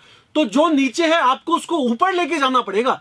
यानी इसके अंदर आप क्या करोगे, आप करोगे ए की पावर अल्फा, बी की पावर बीटा और सी की पावर क्या, माइनस गामा। ए की पावर अल्फा, बी की पावर बीटा और सी की पावर माइनस गामा, ऐसे लिखना प्रॉपरली करेक्ट है। अब अगर आपसे पूछा जाए कि बताइए यहां पर order of reaction with respect to A कितना, तो आप क्या बोलेंगे इसको, alpha. Order of reaction with respect to B कितना, बीटा। ए के रेस्पेक्ट में अल्फा, बी के रेस्पेक्ट में बीटा। और order of reaction with respect to C बोलेगा तो क्या बोलना है, माइनस गामा। क्या बोलना है, माइनस गामा। और अगर आपसे पूछ लिया गया कि भैया तुम तो खाली ऑर्डर ऑफ रिएक्शन बताओ ना कितना है, तो क्या बोलोगे, alpha plus beta minus gamma. Order of reaction क्या हो जाएगा, alpha plus beta minus gamma. तो बहुत सारे बच्चे बेटा ये गलती कर देते हैं, वो बोलते हैं कि सी के रिस्पेक्ट में ऑर्डर गामा है, वो ऊपर लेके जाना भूल जाते हैं। तो आपको ऊपर लेके जाने का ध्यान रखना है, ठीक है। ये बहुत ही इंपॉर्टेंट पॉइंट है, आपको इस पर फोकस करना पड़ेगा। क्लियर। नेक्स्ट थर्ड पॉइंट आता है अपने पास में, फिर ऑर्डर ऑफ रिएक्शन में बी जीरो, पॉजिटिव, नेगेटिव और फ्रैक्शनल। रिएक्शन का ऑर्डर कुछ भी हो सकता है, फ्रैक्शनल। रिएक्शन का ऑर्डर जीरो भी हो सकता है, पॉजिटिव भी हो सकता है, नेगेटिव भी हो सकता है और साथ साथ के अंदर फ्रैक्शनल भी हो सकता है।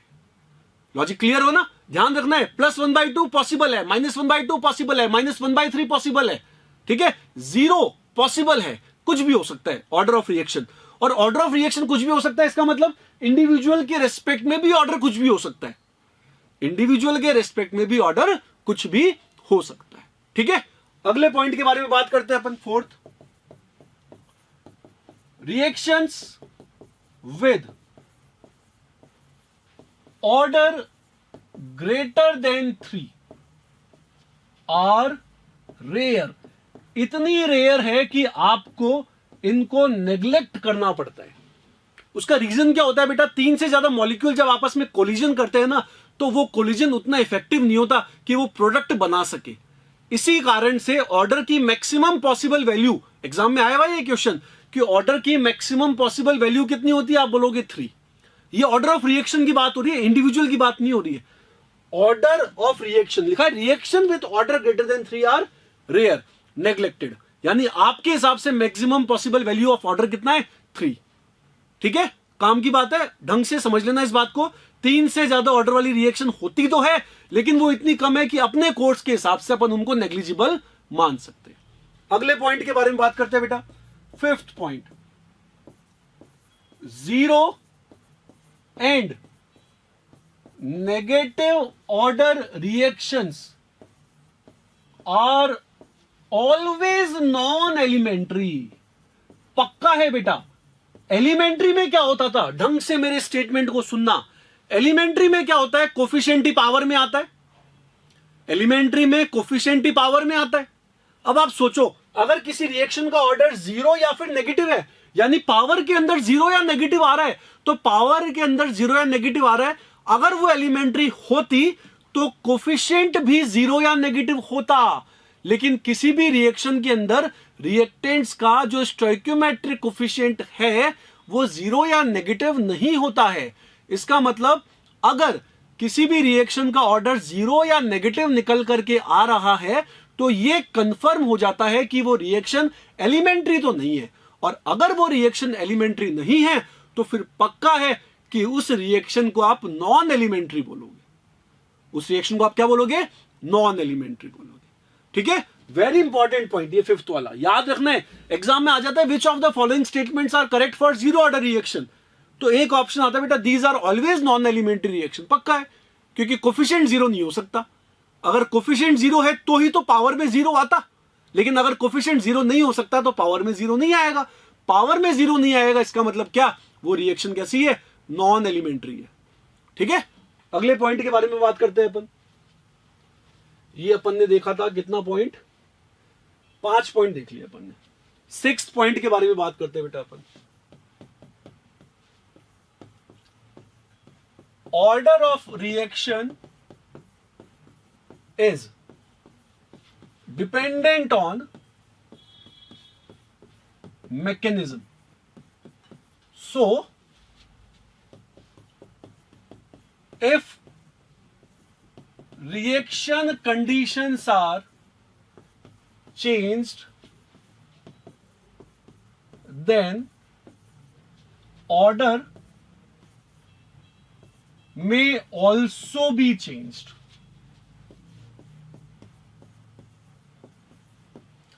अगर किसी रिएक्शन के अंदर रिएक्शन कंडीशंस को चेंज कर दिया गया तो उससे क्या होगा, रिएक्शन का मैकेनिज्म चेंज हो जाएगा, और अगर रिएक्शन का मैकेनिज्म चेंज हो गया तो उसका ऑर्डर भी चेंज हो सकता है। एग्जांपल देखो, थोड़े से स्पेसिफिक एग्जांपल है इसलिए आपको एग्जांपल्स को याद करना पड़ेगा बेटा।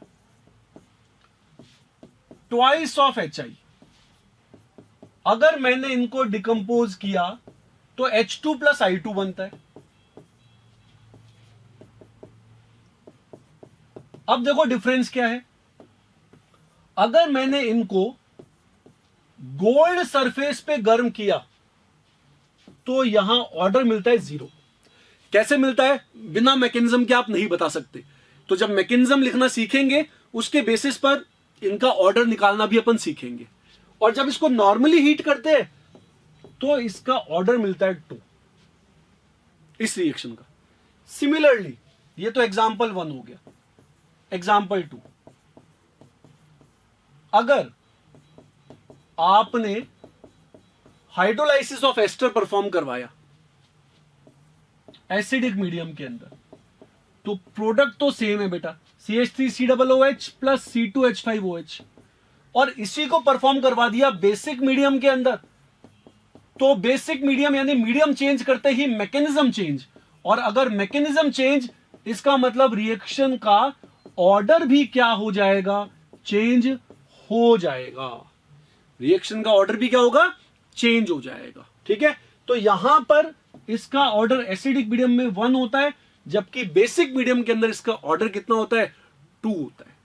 यहां पे ऑर्डर 1 होता है, यहां पे ऑर्डर 2 होता है। थोड़ा बहुत ऑर्गेनिक के अंदर याद भी करो, SN1 SN2 रिएक्शंस होती है, तो SN1 SN2 रिएक्शंस का जो रेट लॉ होता है ना, वो उनके ऑर्डर के बेसिस पर ही डिफाइन होता है। RX और न्यूक्लियोफाइल दोनों की कंसंट्रेशन पे डिपेंड करेगा या RX पे करेगा।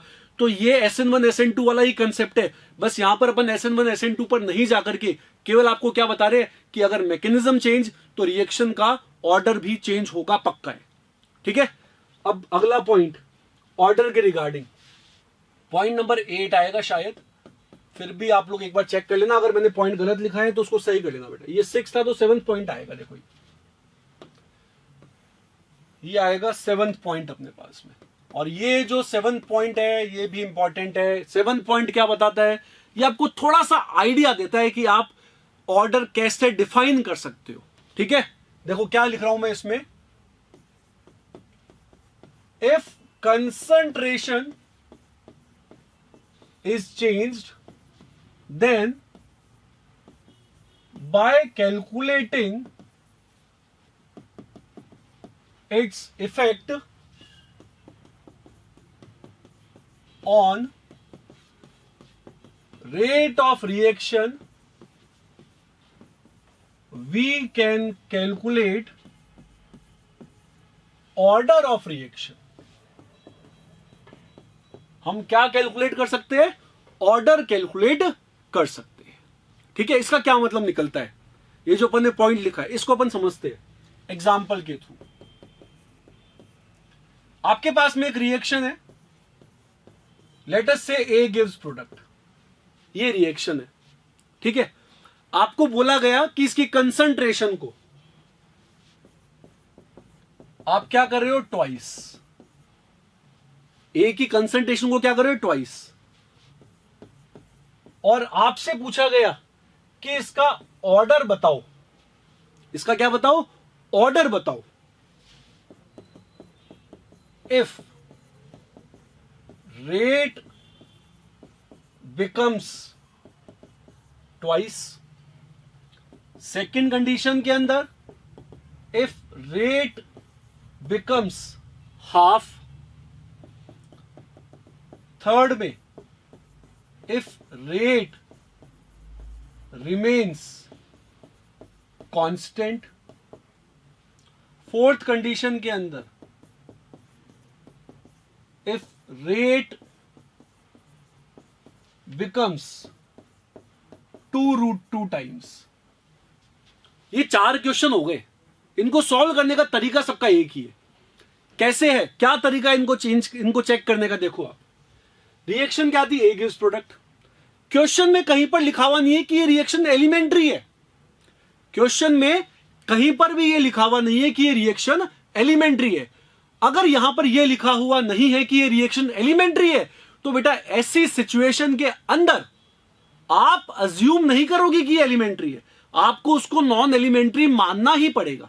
ठीक है, तो अपन क्या करेंगे, अपन इसका रेट लॉ अज्यूम कर लेंगे। मैंने बोला let R equal to K A की power X, R equal to K A की पावर X। बात समझ गए। अब इसको देख करके क्या पता चल रहा है अपने को कि R प्रोपोर्शनल है किसके बेटा, A की पावर X के। R इज प्रोपोर्शनल टू क्या, A की पावर X। दिख रहा है, जो बच्चे थोड़ा धीरे धीरे सीखना चाहते हैं वो यहां से 2 इक्वेशन तैयार करेंगे। वो 2 इक्वेशन क्या तैयार करेंगे, पहली इक्वेशन तैयार करेंगे R1 इक्वल टू के A1 की पावर X और R2 इक्वल टू के A2 की पावर X।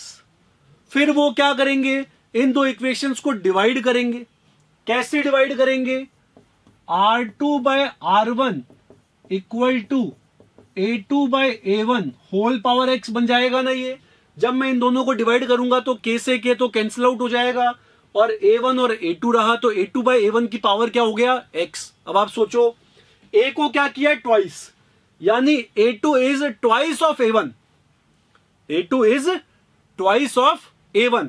तो फर्स्ट वाले पार्ट के हिसाब से सोचो बेटा, ये बोल रहा है रेट बिकम्स ट्वाइस, तो R2 भी क्या होगा, ट्वाइस ऑफ R1। दोबारा सुन लो, कंसंट्रेशन को ट्वाइस कर रहा है यानी ब्रैकेट में तो 2 की पावर X आ रहा है, ब्रैकेट में क्या आ रहा है, 2 की पावर X आ रहा है। और ये बोल रहा है रेट बिकम्स ट्वाइस यानी R2 is twice of R1। Rate क्या हो गई, ट्वाइस हो गई। यही बोला ना फर्स्ट वाले पार्ट के अंदर। तो इधर क्या आया 2r1 अपॉन r1, यानी क्या बचेगा 2,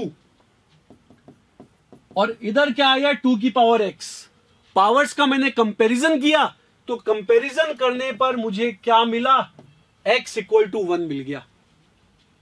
कंपैरिजन करने पर क्या मिला, x इक्वल टू 1। अब खुद सोचो, रेट हाफ कम होगी, रेट हाफ कब होगी, यानी R2 क्या हो गया, R1 का आधा, तो R2 हो गया R1 बाई 2, R1 से R1 कैंसिल, इधर बचा 1 बाई 2। अभी क्या आ रहा था, 2 आ रहा था, अब क्या आएगा 1 बाई 2 आएगा, अब क्या आएगा 1 बाई 2 आएगा। तो सेकंड वाले पार्ट के अंदर आप क्या करोगे, आप बोलोगे 1 बाई 2 इक्वल टू 2 की पावर x। तो x की वैल्यू क्या आ गई, -1। बिल्कुल इसी तरीके से इन दोनों को सॉल्व करके देखना और मुझे कमेंट सेक्शन में बताना। खुद सॉल्व करना बेटा, वीडियो को पॉज करके खुद सॉल्व करना कि ये तुमने सही सॉल्व किया या नहीं किया। जिन बच्चों ने सही सॉल्व किया बहुत बढ़िया, जिन्होंने नहीं किया वो बेटा बिल्कुल इस तरीके से लिख करके रेशियो अप्लाई करके देखना। मैं आपको बता देता हूं आंसर्स। यहां पर x 0 आएगा और यहां पर x क्या आएगा, 3/2 आएगा। यहां पर x 0 आएगा और यहां पर x क्या आएगा, 3/2 आएगा। इसको आगे चल के ना अपन कंसंट्रेशन वेरिएशन मेथड नाम दे देते हैं। ऑर्डर निकालने का एक मेथड हो गया ये वाला, ठीक है। इस पर बेस्ड क्वेश्चन भी करेंगे। बस आपको क्या याद रखना है कि अगर किसी भी रिएक्शन के अंदर रिएक्शन के आगे सिंपल या एलिमेंट्री रिएक्शन नहीं बोला गया है तो वो रिएक्शन नॉन एलिमेंट्री ही मान करके चलनी है। वहां पर कोफिशिएंट को पावर में नहीं लगाएंगे अपन, पावर में यानी रिएक्शन का ऑर्डर कुछ भी अज्यूम कर लेंगे, एक्स वाई अल्फा जो कुछ भी अपने को इजी लगता है, और फिर उसकी वैल्यू अपन कैलकुलेट करेंगे, ठीक है। ये सिंपलेस्ट मेथड होता है रिएक्शन का ऑर्डर निकालने का। क्लियर। तो अभी अपन ने जो टॉपिक समझा बेटा, इसका नाम क्या था, ऑर्डर ऑफ रिएक्शन। और अब अपने को बात करनी है किस पर, मॉलिक्यूलैरिटी ऑफ रिएक्शन पर, जो कि ऑर्डर से थोड़ा सा ही अलग होता है, ठीक है। चलिए बेटा अब अपन बात करते हैं रिगार्डिंग मॉलिक्यूलैरिटी। तो जो अपना नेक्स्ट टॉपिक है वो है मॉलिक्यूलैरिटी ऑफ रिएक्शन। मॉलिक्यूलैरिटी ऑर्डर से थोड़ा सा डिफरेंट होता है और मॉलिक्यूलैरिटी अपने किस काम का है इस बारे में अपन बात करने वाले हैं। तो देखो सबसे पहली बात मॉलिक्यूलैरिटी के बारे में, it is a theoretical concept. ये कैसा है, थ्योरेटिकल कंसेप्ट है। थ्योरेटिकल कंसेप्ट का मतलब क्या हो गया, मॉलिक्यूलैरिटी डिफाइन करने के लिए आपको, मॉलिक्यूलैरिटी दोबारा सुन लेना, मॉलिक्यूलैरिटी डिफाइन करने के लिए आपको रिएक्शन का मैकेनिज्म रिक्वायर्ड नहीं है। बिना मैकेनिज्म के भी आप रिएक्शन की मॉलिक्यूलैरिटी बता सकते हैं, ठीक है। अब ये होती क्या है, it is defined as sum of stoichiometric coefficient. It is defined as sum of stoichiometric coefficient of all reactants in balanced chemical reaction. एक बैलेंस्ड केमिकल रिएक्शन के अंदर जो स्टोइकियोमेट्रिक कोफिशिएंट्स होते हैं उनका सम, इस सम को अपन क्या बोलते हैं बेटा, इस सम को नाम दिया जाता है मॉलिक्यूलैरिटी का। फॉर एग्जांपल के बिना तो अपन बात करेंगे नहीं। रिएक्शन थी XA plus YB gives product, ये तो थी रिएक्शन, और इसका जो रेट लॉ आपको दिया हुआ था वो है R equal to K, A की पावर अल्फा और B की पावर क्या हो गया beta. XA plus YB gives product, R equals to K, A की पावर अल्फा, B की पावर बीटा। क्लियर है। अब यहां से अपन क्या बोलेंगे बेटा, इसको देख करके अपन बोलेंगे कि अगर आपसे पूछ लिया जाए कि बताइए ऑर्डर ऑफ रिएक्शन क्या है, तो आप बोलेंगे ऑर्डर ऑफ रिएक्शन क्या हो गया, alpha plus beta, rate law के अंदर पावर्स का सम। लेकिन अगर मैं आपसे पूछ दूं कि यहां पर आपको तो मॉलिक्यूलैरिटी ऑफ रिएक्शन को एक्सप्लेन करना है, तो मॉलिक्यूलैरिटी ऑफ रिएक्शन क्या हो जाएगी, ये हो जाएगी x प्लस वाई। मॉलिक्यूलैरिटी क्या हो जाएगी, x प्लस वाई, और ऑर्डर ऑफ रिएक्शन क्या हो जाएगा, अल्फा प्लस बीटा। ऑर्डर क्या हो गया, अल्फा प्लस बीटा, और मॉलिक्यूलैरिटी क्या हो गई, x प्लस वाई। क्लियर है ना? ये दोनों के अंदर डिफरेंस होता है, ऑर्डर में और मॉलिक्युलैरिटी के अंदर। अगले पॉइंट के बारे में अगर अपन बात करें, अगला पॉइंट क्या है अपने पास में, देखिए next point, third point. Third point आपको क्या बता रहा है? थर्ड पॉइंट बताता है कि मॉलिक्युलैरिटी एग्जैक्टली बोला किसको जाता है। मॉलिक्युलैरिटी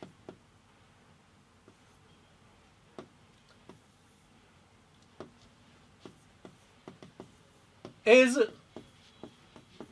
defined as number of molecules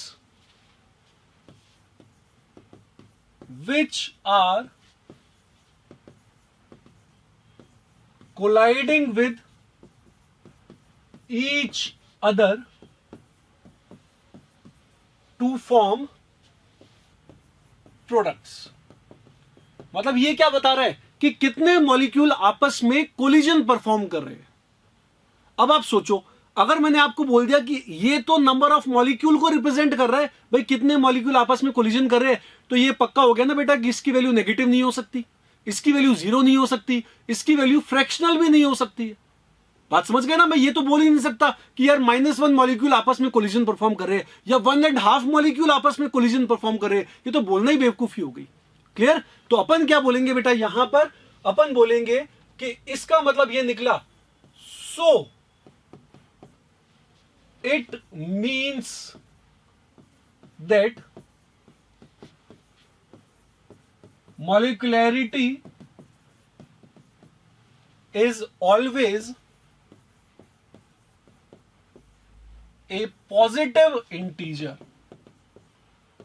मॉलिक्युलैरिटी हमेशा क्या हो गई? एक पॉजिटिव इंटीजर हो गई। अब पॉजिटिव इंटीजर का मतलब ये नहीं है कि 10-12 भी मॉलिक्युलैरिटी हो जाएगी, उसकी बेटा लिमिटेशन है। मॉलिक्युलैरिटी की जो पॉसिबल वैल्यूज है ना, वो 3 ही होती है। Fourth point, molecularity of reaction may be 1, 2 और 3। जैसे ऑर्डर की मैक्सिमम पॉसिबल वैल्यू कितनी बताई थी अपन ने? 3। वैसे ही मॉलिक्युलैरिटी की भी मैक्सिमम पॉसिबल वैल्यू कितनी हो गई? 3। इंटीजर्स बस 1, 2 और 3, लेकिन मैक्सिमम पॉसिबल बोलेगा तो कितना? 3। तो fifth point, molecularity greater than 3 is not possible due to low probability of collision. Greater than 3 वाली यानी 3 से ज्यादा मॉलिक्यूल के आपस में कोलिजन अगर आप परफॉर्म करवाओगे तो फिर वो कोलिजन इतना इफेक्टिव नहीं होगा कि वो प्रोडक्ट बना सके। कोलिजन तो हो जाएगा लेकिन वो प्रोडक्ट नहीं बन पाएगा। बात समझ गए? मॉलिक्युलैरिटी के अंदर उतने मॉलिक्यूल्स का कोलिजन देखा जाता है जिससे उनका कन्वर्जन फिर प्रोडक्ट के अंदर हो सके।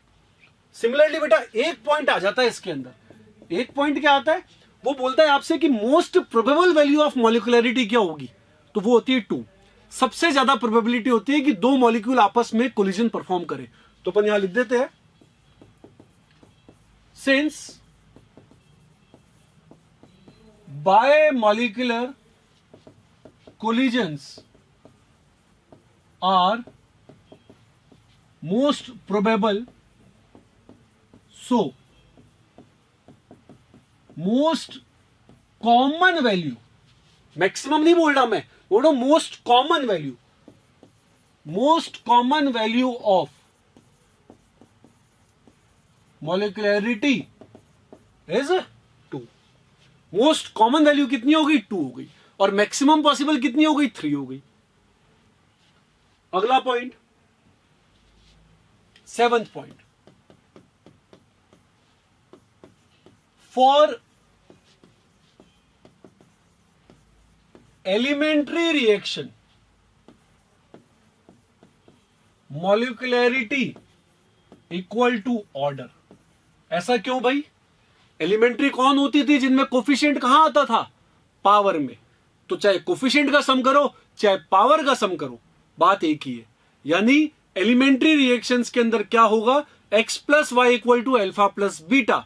जो मॉलिक्युलैरिटी है वही क्या होगी? उनका ऑर्डर हो जाएगा। और इसमें लास्ट पॉइंट आता है अपने पास में, for non elementary reactions,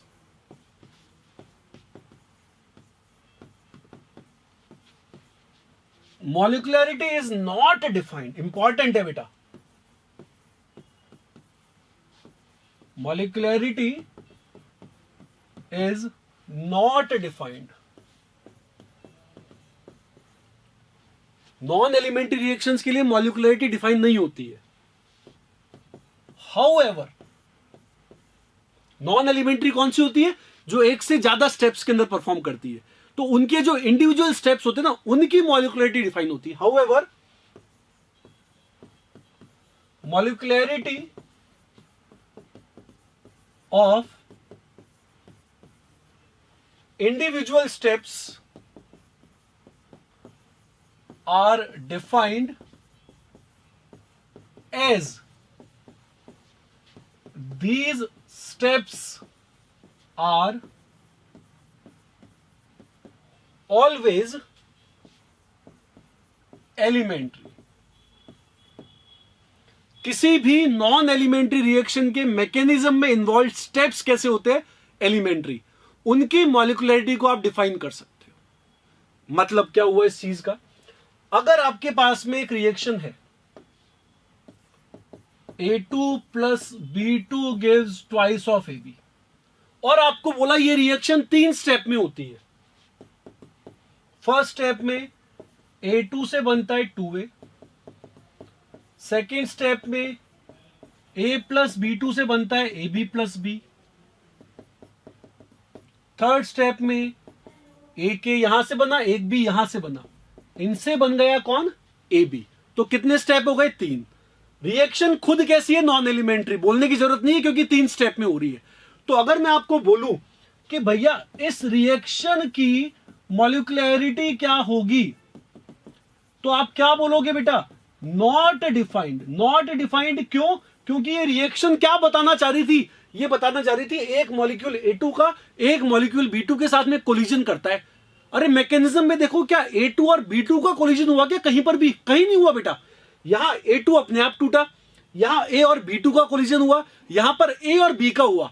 A2 और B2 का कहीं पर भी कोलिजन परफॉर्म नहीं हुआ है। यानी अगर आप इसकी क्या बता देते, मॉलिक्युलरिटी बता देते 2, तो आप इसका गलत मैकेनिज्म बताने की कोशिश कर रहे हो। आप इसके रॉन्ग मैकेनिज्म को परसेप्ट कर रहे हो कि यार इसका मैकेनिज्म ऐसा होना चाहिए था, जबकि ऐसा था ही नहीं। हाँ, इसके जो ये स्टेप्स है ना तीनों, ये कैसे है? एलिमेंट्री। तो इनके मॉलिक्युलरिटी बता सकता हूं मैं। मॉलिक्युलरिटी को अभी फिलहाल मैं कैपिटल M से रिप्रेजेंट कर देता हूं बेटा। तो इसकी मॉलिक्युलरिटी रिएक्टेंट्स के कोफिशिएंट का सम, एक ही रिएक्टेंट है, उसका कोफिशिएंट कितना है? 1। तो इसकी मॉलिक्युलरिटी कितनी? 1। इसकी मॉलिक्युलरिटी कितनी बेटा? एक इसका, यानी कितना हो गया टोटल? 2। इसकी मॉलिक्युलरिटी भी कितनी? 2। तो अपन ने ऊपर यही लिखा है कि एक नॉन एलिमेंट्री रिएक्शन के अंदर जो इंडिविजुअल स्टेप्स होते हैं वो कैसे होते हैं बेटा? एलिमेंट्री। तो इंडिविजुअल स्टेप्स की मॉलिक्युलरिटी को डिफाइन किया जा सकता है, लेकिन ओवरऑल नॉन एलिमेंट्री रिएक्शन की मॉलिक्युलरिटी को डिफाइन नहीं कर सकते हैं। ठीक है, बहुत ही इंपॉर्टेंट पॉइंट है ये वाला। क्लियर? तो आज के लेक्चर में अपन ने क्या क्या देखा? पहले तो आप लोगों के लिए थैंक यू स्लाइड। आज के लेक्चर में अपन ने क्या क्या देखा? आज के लेक्चर में अपन ने स्टार्ट किया कहां से? एक्टिव मास से। एक्टिव मास क्या होता है? अपने लिए फिलहाल कंसंट्रेशन या प्रेशर। कंसंट्रेटेड सॉल्यूशन आ गया आयनिक इक्विलिब्रियम के अंदर, अभी के लिए भूल जाना है क्या होता है, क्योंकि एक ही क्वेश्चन बनता है उस पर बेस्ड। बाकी अब से अपने को याद क्या करना है? एक्टिव मास का मतलब कंसंट्रेशन और प्रेशर। लेकिन एक्टिव मास एक यूनिटलेस डायमेंशनलेस क्वांटिटी होती है। तो अगर मैंने आपको बोला किसी चीज की कंसंट्रेशन 2m है, तो उसका एक्टिव मास 2 होगा। वहां आप ये नहीं बोलोगे बेटा active mass equal to 2m, आप क्या बोलोगे? Active mass equal to 2। Clear? फिर अपन ने बेटा रेट लॉ को देखा। रेट लॉ में अपन ने क्या पढ़ा? Law of mass action. Law of mass action के बेसिस पे अपन ने क्या सीखा कि रेट इक्वल टू क्या होता है? रेट कांस्टेंट मल्टीप्लाइड बाय जो भी स्पीशीज है रिएक्टेंट्स, उनकी पावर में क्या आ जाता है? उनका स्टोइकियोमेट्रिक कोफिशिएंट आ जाता है। क्लियर? यहां से फिर अपन ने रेट कांस्टेंट के बारे में समझा कि रेट कांस्टेंट होता है वो 2 ही फैक्टर्स पे डिपेंड करता है, एक होता है कैटलिस्ट, एक होता है टेम्परेचर। रेट लॉ के बेसिस पर अपन ने ऑर्डर ऑफ रिएक्शन के बारे में समझा। और ऑर्डर ऑफ रिएक्शन से अपन ने रेट कांस्टेंट की यूनिट को निकालना सीखा। रेट कांस्टेंट की unit in terms of concentration क्या आई थी? मोलैरिटी की पावर 1 - n सेकेंड इनवर्स। और इन टर्म्स ऑफ प्रेशर क्या आई थी? ATM की power 1 - n second inverse. n equal to 0, 1, 2 लग करके अपन ने रेट कांस्टेंट की यूनिट्स निकाली। जीरो ऑर्डर रिएक्शन के लिए molarity second inverse, first order reaction के लिए सेकेंड इनवर्स, और सेकेंड ऑर्डर रिएक्शन के लिए मोलैरिटी इनवर्स सेकेंड इनवर्स। फिर अपन ने समझा कि जो रिएक्शन सिंगल स्टेप में होती है वो एलिमेंट्री होती है या सिंपल होती है, और जो मल्टीपल स्टेप्स में होती है वो नॉन एलिमेंट्री या फिर आप उनको कॉम्प्लेक्स रिएक्शन बोल सकते हो। और फाइनली अपन ने ऑर्डर और मॉलिक्युलरिटी में डिफरेंस पढ़ा। ऑर्डर कहां से आता है? रेट लॉ से आता है, पावर्स का सम करने पर आता है। पॉजिटिव, नेगेटिव, जीरो, फ्रैक्शनल कुछ भी हो सकता है, एक्सपेरिमेंटल कंसेप्ट होता है। ऑर्डर में वेरिएशन मतलब कंसंट्रेशन में वेरिएशन करने पर ऑर्डर की कैलकुलेशन की जा सकती है। ऑर्डर 3 से ज्यादा नहीं हो सकता है। और मॉलिक्युलरिटी में क्या देखा? थ्योरेटिकल कंसेप्ट होता है, क्या बताता है? कितने रिएक्टेंट आपस में कोलिजन कर रहे हैं, इसीलिए इंटीजर होता है। इंटीजर में भी कोई सा भी नंबर नहीं ले सकते, 1, 2 या 3, मैक्सिमम वैल्यू 3। क्यों? क्योंकि 3 से ज्यादा मॉलिक्यूल होने पर probability of collision, effective collision कम हो जाता है। और मोस्ट कॉमन वैल्यू मॉलिक्युलरिटी की क्या होती है? 2। नॉन एलिमेंट्री रिएक्शंस के लिए मॉलिक्युलरिटी डिफाइन नहीं होती है, लेकिन उनके इंडिविजुअल स्टेप्स कैसे होते हैं? एलिमेंट्री। तो उनकी मॉलिक्युलरिटी को डिफाइन करना अपने लिए पॉसिबल होता है। ठीक है, आगे की चीजें अपन नेक्स्ट वन में कंटिन्यू करें।